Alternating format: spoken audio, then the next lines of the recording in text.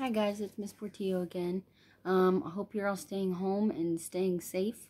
I know at least a few of you saw the last video that I posted, and like I said on Class Dojo, I will try to keep this one a little bit shorter for our novel study.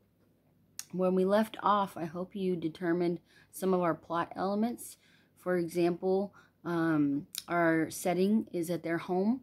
It did take us back and forth between some of Meg's problems at school and at home as well, but our main setting so far is in their house. We also have several main characters. Definitely Meg, she's the one that's been brought up the most. And it's also introduced a lot about her family members. So you have to see if those are going to be major characters or minor characters. We have Meg's mom. We have our dumb baby brother, Charles Wallace, who seems like he might be a bigger character. And then we have her two brothers. And her father, it seems like, is part of the problem. He's gone, and they haven't said where or when he's coming back. They also discuss problems that Meg's been having, such as school problems, bullying problems, people making fun of her family, and then people whispering about her family because her father's gone behind her back. So I also hope that you determine the tone or mood of the story thus far. At the beginning, it was talking about she was in her room in the attic, and there was a terrible storm. They had been talking about hurricane warnings all day, so she was afraid of that. And when we left off, they were downstairs in the kitchen. It was Meg and her brother and mom. And of course their dog Fortinburst, but we call him Fort. So I'm going to pick up where we left off. And I hope you have your journal, and I hope you have your plot chart if you have one. Make sure you're taking notes. We're going to continue to take notes on plot and decoding unfamiliar words. All right. So they're in the kitchen talking about the hurricane. As Charles Wallace gave Meg her sandwich, Fort came out from under the table. He gave a long, low growl, and they could see the dark fur rising slowly on his back. Meg felt her own skin prickle. "What's wrong?" she asked anxiously. Fort stared at the door that opened into Mrs. Murray's laboratory, which was in the old stone dairy right off the kitchen. Beyond the lab, a pantry led outdoors, though Mrs. Murray had done her best to train the family to come into the house through the garage door or the front door and not through her lab. But it was the lab door and not the garage door toward which Fort was growling. "You didn't leave any nasty-smelling chemicals cooking over a Bunsen burner, did you, Mother?" Charles Wallace asked. Miss Murray stood up. "No, but I think I'd better go see what's upsetting Fort anyhow." "It's the tramp. I'm sure it's the tramp," Meg said nervously. "What tramp?" Charles Wallace asked. "They were saying at the post office this afternoon that a tramp stole all Miss Buncombe's sheets." "We'd better sit on the pillowcases then," Miss Murray said lightly. "I don't even think a tramp would be out on a night like this, Meg." "But that's probably why he is out," Meg wailed, "trying to find a place not to be out." "In which case, I'll offer him the barn till morning." Miss Murray went briskly to the door. "I'll go with you." Meg's voice was shrill. "No, Meg, you stay with Charles and eat your sandwich." "Eat?" Meg exclaimed as Miss Murray went out through the lab. "How does she expect me to eat?" "Mother can take care of herself," Charles said. "Physically, that is." But he sat in his father's chair at the table, and his legs kicked at the rungs. And Charles Wallace, unlike most small children, had the ability to sit still. After a few moments that seemed like forever to Meg, Mrs. Murray came back in, holding the door open for... was it the tramp? It seemed small for Meg's idea of a tramp. The age was impossible to tell, for it was completely bundled up in clothes.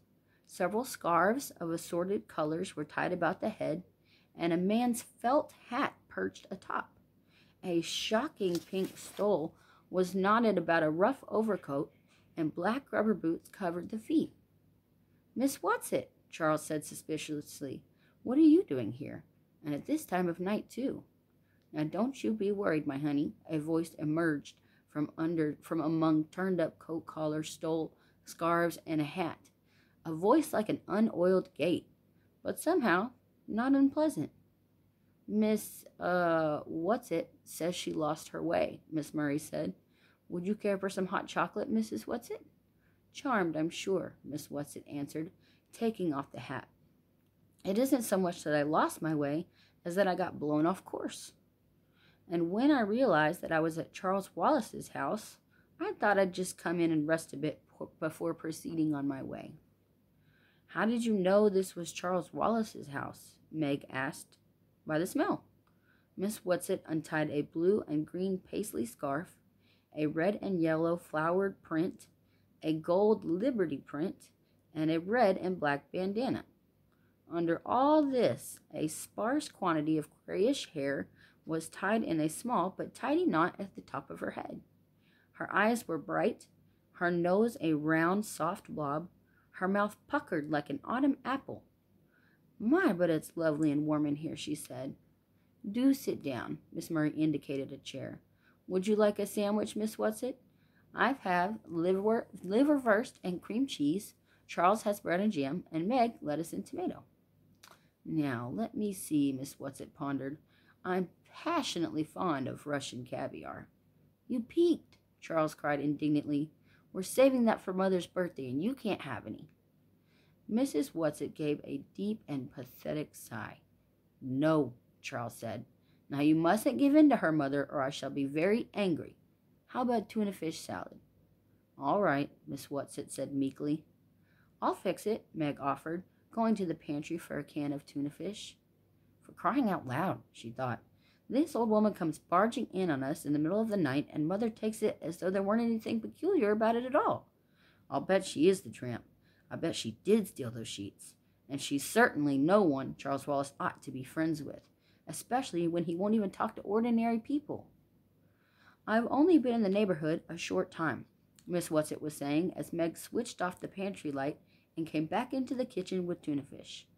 "And I didn't think I was going to like the neighbors at all until dear little Charles Wallace came over with his dog." "Mrs. Whatsit," Charles Wallace demanded severely, "why did you take Miss Buncombe's sheets?" So she did take the sheets. "Well, I needed them, Charles." "You must return them at once." "But, Charles dear, I can't. I've already used them." "It was very wrong of you," Charles Wallace scolded. "If you needed sheets that badly, you should have just asked me." Mrs. Whatsit shook her head and clucked. "You can't spare any sheets. Miss Buncombe can." Meg cut up some celery and mixed it in with the tuna. After a moment's hesitation, she opened the refrigerator door and brought out a jar of little sweet pickles. Though why I'm doing it for her, I don't know, she thought, as she cut them up. I don't trust her one bit. "Tell your sister I'm all right," Miss Whatsit said to Charles. "Tell her my intentions are good." "My, but isn't he cunning?" Miss Whatsit beamed at him fondly. "It's lucky he has someone to understand him." "But I'm afraid he doesn't," Miss Murray said.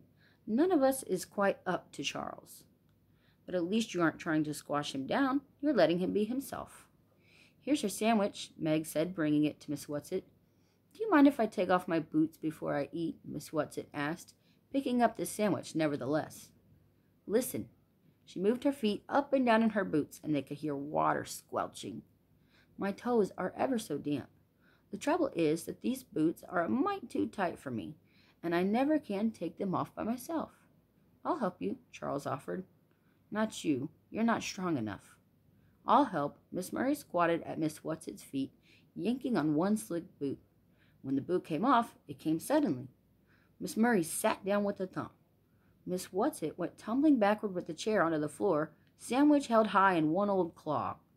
Water poured out of the boot and ran over the floor and big braided rug. "Oh, dearie me," Miss Whatsit said, lying on her back in the overturned chair, her feet in the air, one in a red and white striped sock and the other still booted. Mrs. Murray got to her feet. "Are you all right, Miss Whatsit?"